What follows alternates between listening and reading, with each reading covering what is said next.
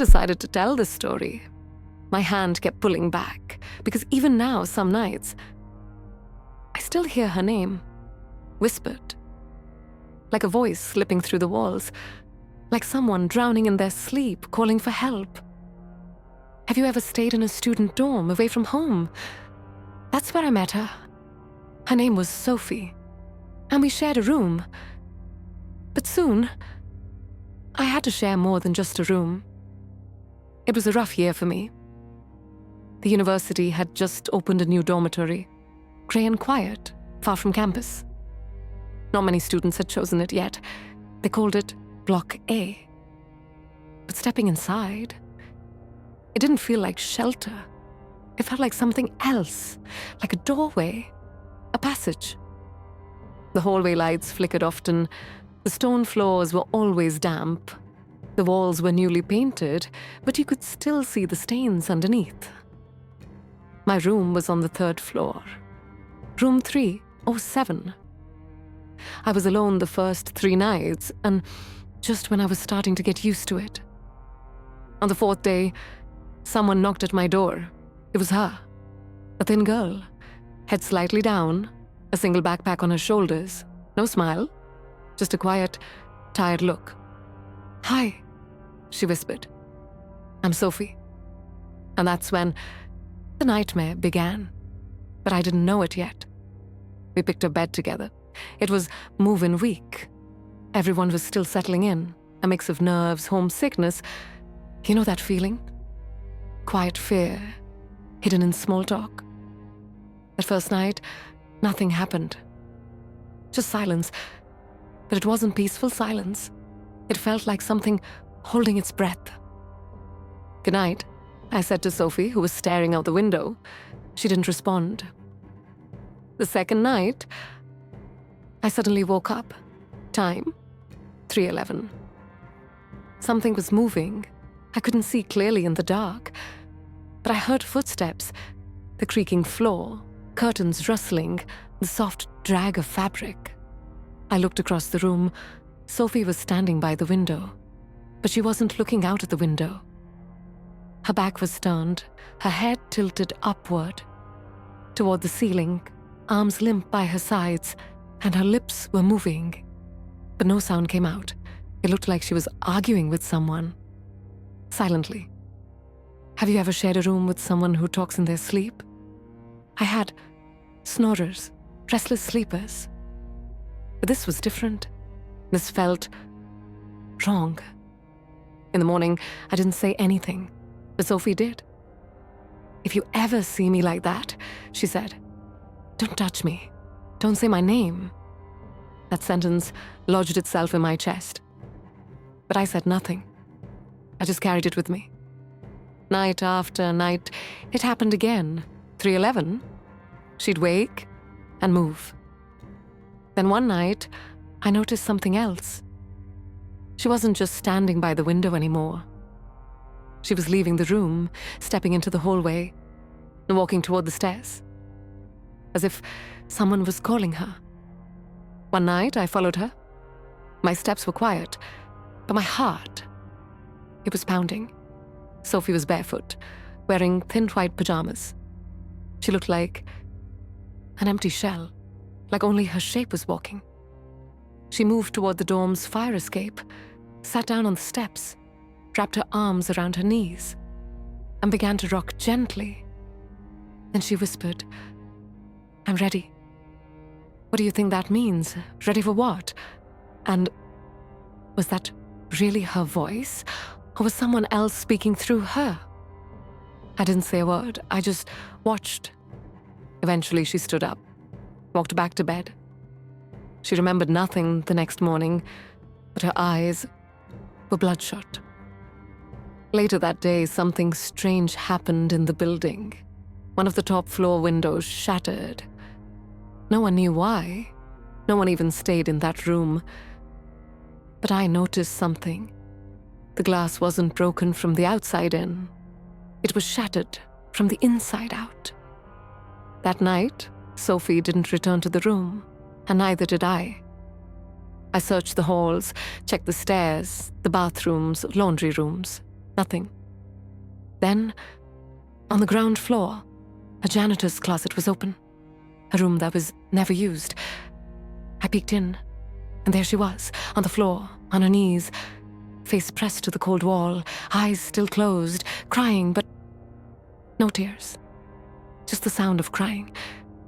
It didn't sound real, it was raspy, almost like a recording, thin and fake. And then she repeated one sentence, again and again. "It's not mine. It's not mine. It's not mine." That was when I started to panic. Was she losing her mind? Should I grab her and drag her back? At first, it had all felt a little weird. But now, it felt dangerous. What wasn't hers? Her body? Her memories? Her soul? What exactly was Sophie going through? The next morning, she was gone. And on her bed was a single piece of paper. It said, "Don't wake 3:11. Since that day, every night, still wake up at that exact time. But now, there's no Sophie. Does this story remind you of anyone? A dorm mate? Someone who speaks at 3 a.m.? Someone who walks while asleep? Because maybe, just maybe, we're not sleeping alone. Hi, I'm Claire, and what I'm about to share still gives me chills. Not from fear, not anymore, but because I still don't understand what happened to Elise. It all began in my first year of college. I wanted a fresh start. St. Aveline University looked perfect. Stone buildings, green lawns, happy students on the cover of the catalogue. But once you stepped inside, you felt something else. The silence between those walls meant something different. Room 318, third floor, a cramped dorm for 4 people, 2 bunk beds, 1 desk, cracked ceiling, dirty cream walls, a single window that looked out onto nothing but the brick wall of another dorm. I shared the space with 3 others. Jenna, loud, always on the phone. Maya, quiet, obsessed with true crime podcasts. And then, Elise. Elise was different. There was something soft, broken, almost delicate about her, like she'd been through something and never came out whole. Her shoulder-length dark hair always looked damp, her voice barely above a whisper, and her deep green eyes never fully awake. I remember our first night. We were unpacking, trying to settle in, awkwardly making our beds. Jenna was talking about her love life, loudly. Maya had her headphones on, already lost in a murder documentary. And Elise sat quietly, folding each shirt with care. But in the silence of that room, there was a strange stillness, like the surface of water, calm on top, but moving underneath. The next few days were normal: classes, campus tours, unseasoned chicken in the dining hall. But at night, Elise started changing. At first, we didn't notice, just a little tossing and turning. Until one night, Maya got up to use the bathroom, and she saw Elise climbing down from her bed. Her eyes were closed, completely closed, but she was walking. In the morning, Maya told us. Jenna laughed and said, "She's sleepwalking." But I didn't laugh. I wanted to. But something about that night felt wrong, like a shadow had passed through the room. And it wasn't ours. Then one night, around 3 a.m., I woke up, fast breathing, heart pounding. I sat up and looked around. Elise's bed was empty, her blanket was curled up, and the room was holding its breath. I stood up, opened the door. The hallway was cold. Fluorescent lights flickered overhead, and then I heard it. Footsteps, slow, bare feet against the tile. Flop, flop, flop. At the far end of the hall, I saw her, Elise. Her back was to me. She wore a long, white nightgown that brushed the floor, arms at her sides, head tilted slightly to the left. She didn't look real. more like she was floating, like gravity didn't apply to her anymore. Have you ever seen someone sleepwalk? You think about snapping them out of it, maybe even shaking them awake. "Elise?" I whispered. No reaction. I took one step forward. The floor creaked beneath me. Then she turned. Not her body, just her head. Eyes still shut. But her face? It wasn't Elise. And then the hallway light above her shattered, and she vanished. Just like that. Gone. In the morning, she was back in bed, wearing the same nightgown, but her feet were covered in mud. No one said a word.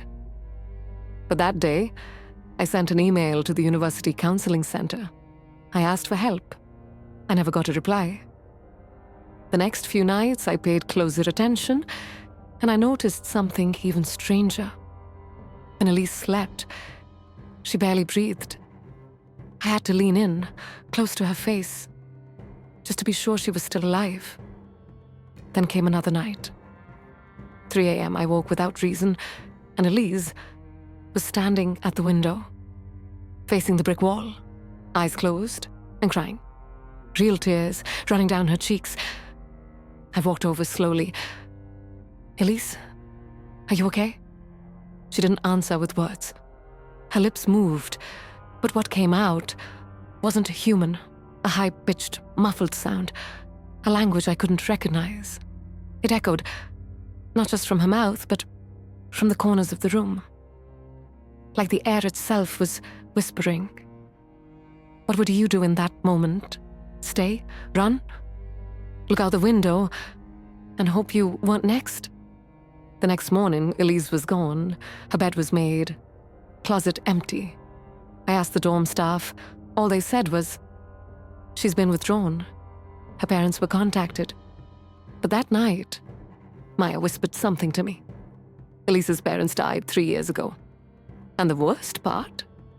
Every night at 3 a.m., Elise's mattress sinks. Just a little, as if someone is lying there. But no one is. If the story sounds familiar, maybe you stayed in the same dorm. Maybe you met Elise, or maybe you saw someone like her. Try to sleep tonight. But remember, these dorm rooms, we don't always sleep in them alone. Hi, my name is Dvigu. I'm 20 years old, and telling this story isn't easy. Because I saw something most people never do. That thin line between sleep and waking, where reality begins to break apart. Before I begin, let me say this. If you ever ask a sleepwalker a question while they're talking, they will answer truthfully. I've never heard one lie. And that truth can be terrifying.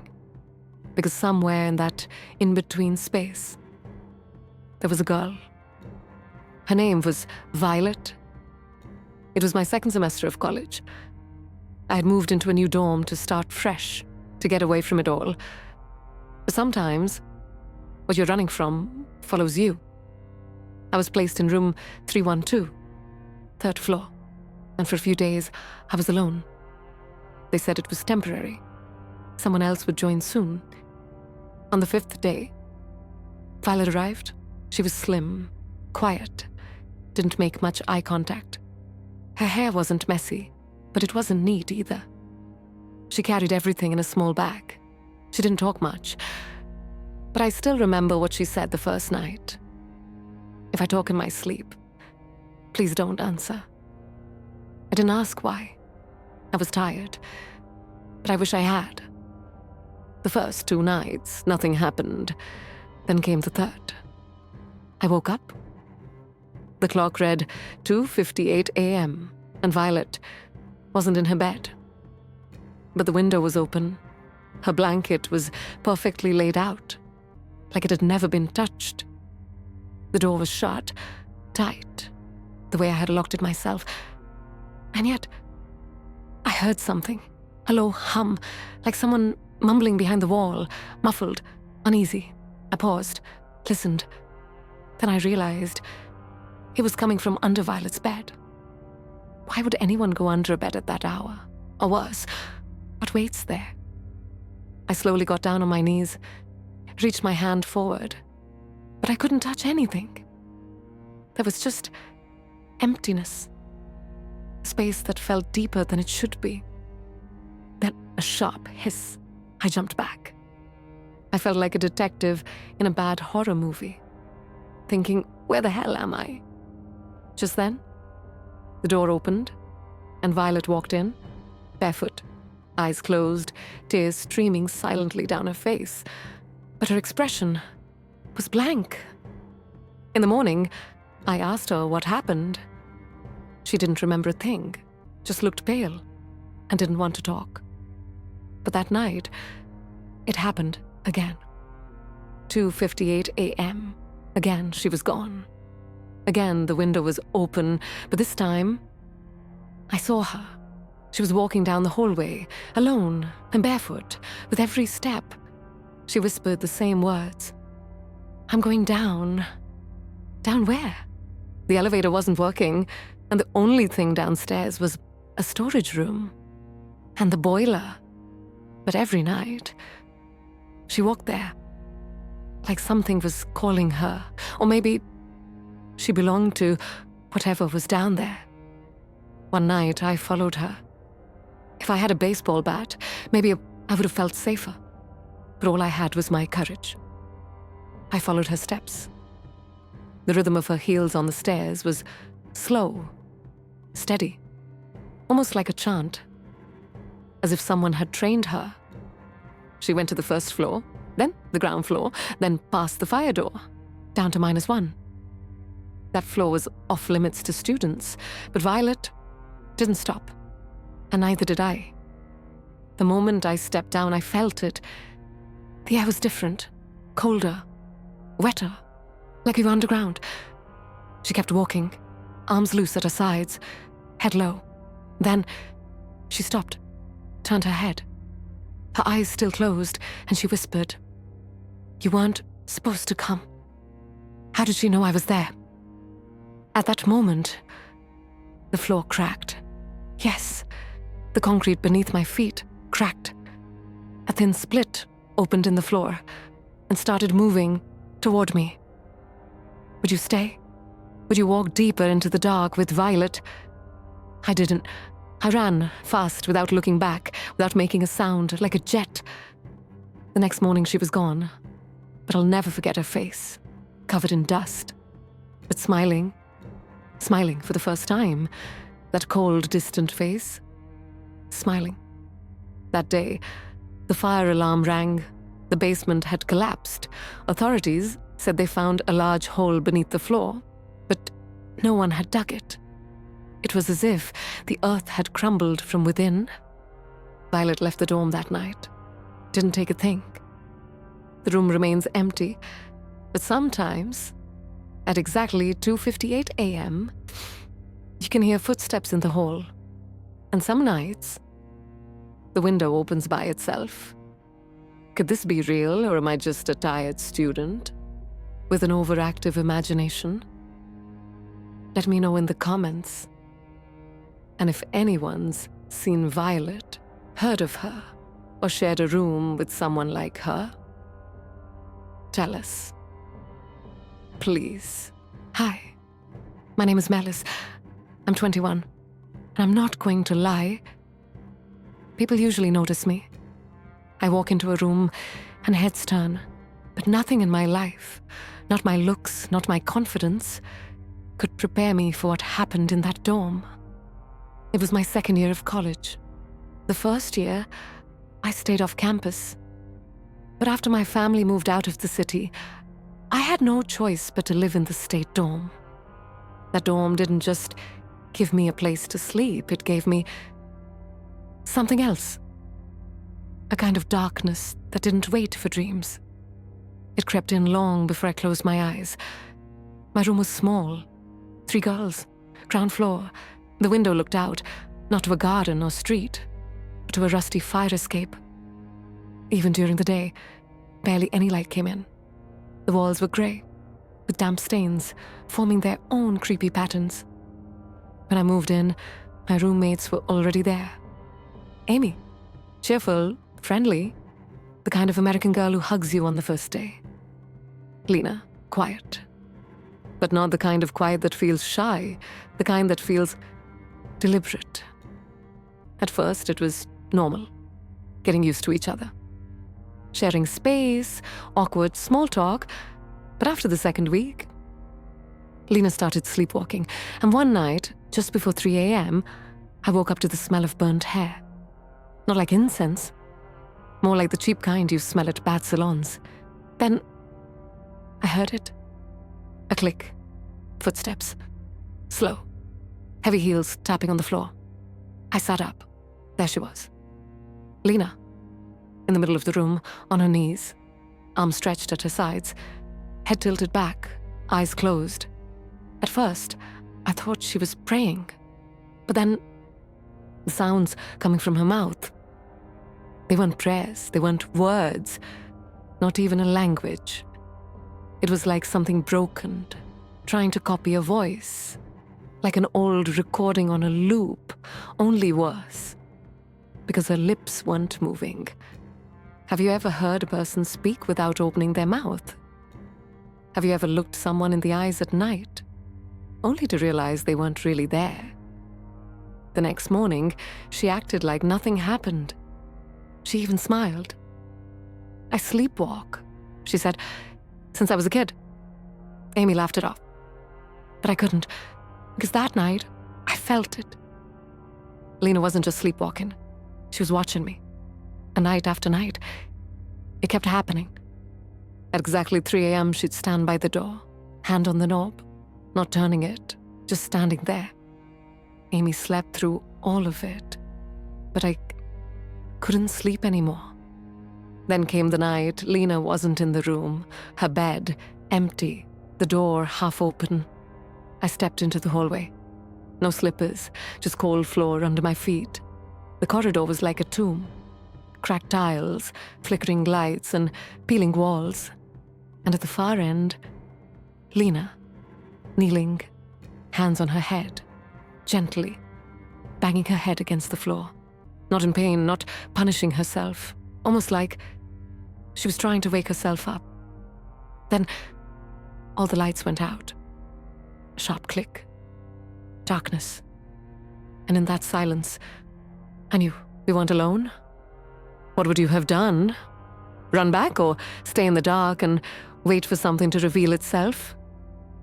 I didn't have pepper spray. Not allowed in dorms, apparently. The next morning, Lena seemed fine, her hair messy, dirt under her nails, but calm. She and Amy went to breakfast. I stayed behind. I lifted Lena's pillow. Underneath, a clump of hair. Her hair, pulled out. Why? Was she losing her mind? Was I? Later, I watched her. She walked without sound. Sometimes she'd go to the bathroom and just stare into the mirror. But her reflection lagged. One night, as she stood in front of that mirror, she opened her eyes for the first time. But she didn't look at me. She stared at her reflection, and that reflection was not her. The next morning, Amy asked me something strange. "Did Lena say your name last night?" "No," I said. "Why?" "Because she said your name, but now with a British accent. Weird, right? Lena wasn't British. And I don't even pronounce my name that way." That night, Lena didn't come back. Her bed was empty, her stuff untouched. But when I looked at the floor, just outside the door, I saw scratch marks, fingernail marks, like someone had been dragged. The next day, the dorm staff told us her family can't be reached. No police report, no investigation. No one cared. Amy moved to a different dorm that night. But me? I stayed. Because I knew Lena would come back, and she did. But not in her body. It was 3 a.m. I woke up again, and on the wall, there was a shadow, Lena's shadow. She wasn't in the room, but the shadow moved up the wall, across the ceiling, then down to my bedside. And then she whispered my name. Melis. So I ask you now, what do you think she was? A girl? A ghost? Or am I still living with her? Maybe I'm not crazy. Maybe you've met someone like Lena too. Let me know in the comments.